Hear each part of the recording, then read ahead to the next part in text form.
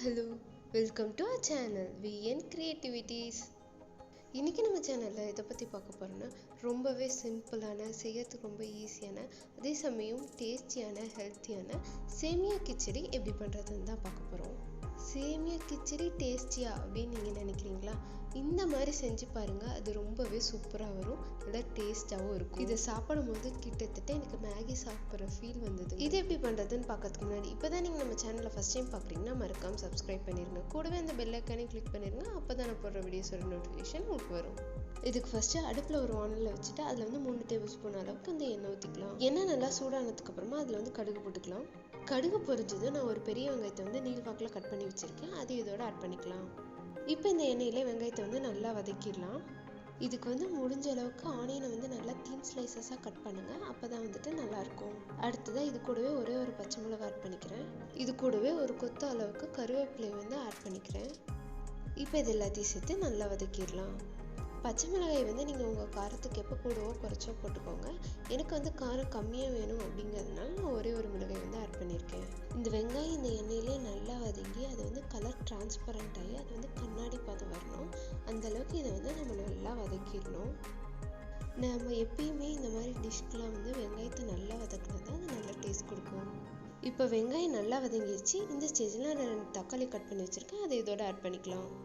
இப்போ இந்த தக்காளியும் வெங்காயத்தோட சேர்த்து நல்லா வதக்கிக்கலாம். இதுக்கு வந்து ரொம்ப பழுத்த தக்காளியாக இருக்கணும்னு அவசியம் இல்லை, ஓரளவுக்கு பழமாக இருந்தாலே போதும். அடுத்ததான் இந்த தக்காளி வதங்கிறதுக்கு மட்டும் தேவையான அளவு உப்பு சேர்த்து அதை வந்து நல்லா வதக்கிடலாம்.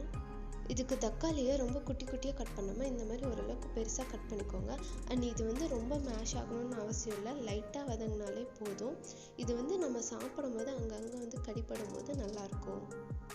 இப்போ பாருங்கள், தக்காளி வந்து லைட்டாக வந்து வதங்கிருச்சு. இப்போ இந்த ஸ்டேஜில் நம்ம இதில் வந்து வெஜிடபிள்ஸை வந்து ஆட் பண்ணிக்கலாம். நான் இங்கே வந்து ஒரு பவுல் நிறைய வந்து பீன்ஸ் அண்ட் கேரட் வந்து வச்சுருக்கேன். இதை ஆட் பண்ணதுக்கப்புறமா இது ஒரு 2 வதக்கு நல்லா வதக்கிடலாம்.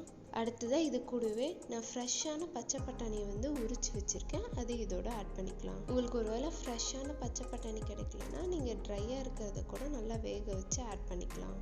அண்ட் நான் இங்கே என்கிட்ட இருக்கிற வெஜிடபிள்ஸை வந்து ஆட் பண்ணியிருக்கேன். உங்ககிட்ட என்ன வெஜிடபிள்ஸ் இருக்கோ அதை நீங்கள் ஆட் பண்ணிக்கோங்க. அடுத்ததாக இது கூட 1/4 டீஸ்பூன் அளவுக்கு மஞ்சள் தூள், 1/2 டீஸ்பூன் அளவுக்கு மிளகாய் தூள் வந்து ஆட் பண்ணிக்கலாம். ஆட் பண்ணிட்டு அதை வந்து நம்ம நல்லா வந்து மிக்ஸ் பண்ணி விட்டுடலாம். இந்த ஸ்டேஜில் அடுப்பை வந்து லோ ஃப்ளேமில் வச்சுருங்க, அப்போ தான் வந்துட்டு அடி பிடிக்காமல் இருக்கும். இந்த வெஜிடபிள்ஸ் எல்லாம் இந்த மசாலாவோட சேர்த்து இந்த எண்ணெயிலே வந்துட்டு நல்லா நம்ம வந்து வதக்கலாம். இது வந்து ஒரு 2லேருந்து 3 நிமிஷம் நல்லா வதக்கலாம், அப்போ தான் வந்துட்டு நல்லா டேஸ்ட் கொடுக்கும். அதுக்கப்புறம் இந்த டிஷ்க்கு தேவையான அளவு தண்ணி ஊற்றிடலாம். நான் இங்கே வந்து 1 கப் சேமியாவுக்கு வந்து 1.5 கப் அளவுக்கு வந்து தண்ணி ஆட் பண்ணியிருக்கேன். இது வந்து ஒவ்வொரு சேமியாவுக்கும் மாறும். நீங்கள் வச்சிருக்க ரவையோட பேக்கில் பாருங்கள், அதில் எவ்வளோ போட சொல்லியிருக்காங்களோ அவ்வளோ போடுங்க. அடுத்ததாக இதுக்கு தேவையான அளவு உப்பு சேர்த்துடலாம். நம்ம ஏற்கனவே தக்காளி வதங்கிறதுக்கு உப்பு போட்டிருக்கோம், ஸோ பார்த்து போடுங்க. அடுத்து தண்ணி நல்லா கொதிச்சு வந்தோம், அதில் வந்து நம்ம சேமியா சேர்த்துடலாம்.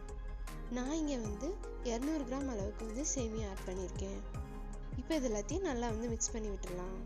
சேமியா ஆட் பண்ணதுக்கு அப்புறமா அதை வந்து கைவிடாமல் நல்லா கிளறிட்டே இருங்க, அப்போ தான் வந்துட்டு அடி பிடிக்காமல் இருக்கும். அண்ட் நான் இங்கே வந்துட்டு வறுத்த சேமியா வாங்கியிருக்கனால அப்படியே ஆட் பண்ணிக்கிட்டேன். இது வந்து ரோஸ்டட் சேமியா அப்படின்றனால நம்ம தனியாக வந்து வறுக்க தேவையில்லை. நீங்கள் ஒரு வேளை நார்மல் சேமியா வாங்கியிருந்தீங்கன்னா அதை லைட்டாக எண்ணெய் ஆர் நெய்யில் போட்டு வறுத்துட்டு அப்புறமா ஆட் பண்ணுங்கள், அப்போ தான் வந்துட்டு நல்லாயிருக்கும். இல்லைன்னா ஒரு மாதிரி பச்சை வாசம் அடிக்கும். இப்போ பாருங்கள், சேமியாவில் இருக்க தண்ணியெல்லாம் நல்லா வற்றி சுருண்டு வந்திருக்கு. எனக்கு வந்து சேமியா வந்து கொஞ்சம் கொலக்குலன்னு தான் சாப்பிட பிடிக்கும், ஸோ நான் இந்த ஸ்டேஜ்லேயே வந்துட்டு ஆஃப் பண்ணிடுறேன்.